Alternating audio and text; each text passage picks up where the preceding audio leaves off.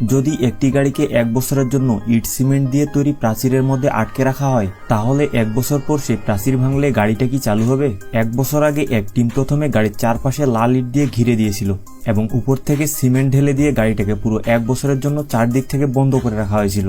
এরপর কেটে যায় পুরো 1 বছর। তারপর সেই গাড়িকে বের করার জন্য ডাকা হয় একটি এক্সকিউভেটর। গাড়িটিকে ঠিকঠাক অবস্থায় বের করার জন্য যন্ত্রটি খুব ধীরে ধীরে চালানো হচ্ছিল। প্রথম দিকে বাইরে লাল ইটগুলোকে সরানো হচ্ছিল, তারপর সিমেন্টের স্তরটিকে ভাঙা শুরু করা হয়। তবে প্রথম দিকে কাজটা একটু জটিল মনে হচ্ছিল, কিন্তু যখন এটিকে ভাঙার সঠিক পদ্ধতি পাওয়া গেল তখন কাজ কিছুটা দ্রুত এগিয়ে যাচ্ছিল।